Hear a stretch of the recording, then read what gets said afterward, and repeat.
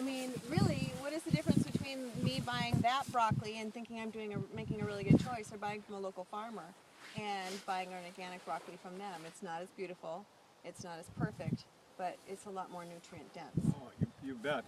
Yeah, I mean, if you're getting that broccoli, from the San Joaquin Valley, and it's being watered with water off of the Colorado River or off of the Columbia, and we're halting all of these magnificent runs of fish and adversely affecting the hydrology, we got it all dammed up, and we're delivering it for cheap, and it's a huge place that's got shitty labor practices, I think that's a really important conversation, because I think that we don't realize that, we can go to Costco and we can get organic milk or we can get organic eggs, but the level of nutrition that we don't get from not shopping from our local farmers is immense.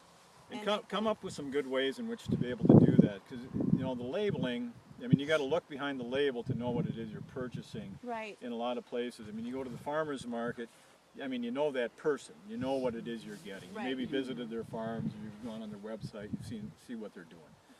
So you can do that. That's quite a bit of work. The average consumer is not doing that. Right.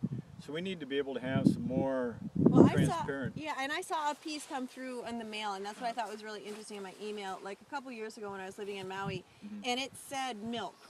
Everything from Horizons Organic down to, the local farmer milk, and really the dense nutrition difference and value. And yeah, you can buy, the low-end organic, or you can buy the high-end organic.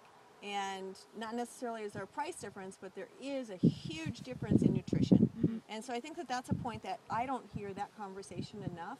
And I think it's, first of all, we have to make the huge leap that we want organic to begin with. Right. But then when we can make the leap that, okay, we're eating organic, but we need to maximize the nutrition that we're getting from what we have organic. And I think that's why we've had those controversial topics come up from Stanford University, and saying, well, there's really not that much more difference in nutrition when you're talking about mass organics and somebody from Stanford University comparing it to conventional.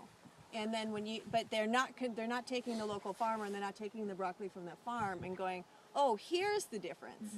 Oh, there is a difference. Yeah, you can feel it in your cells. Yeah.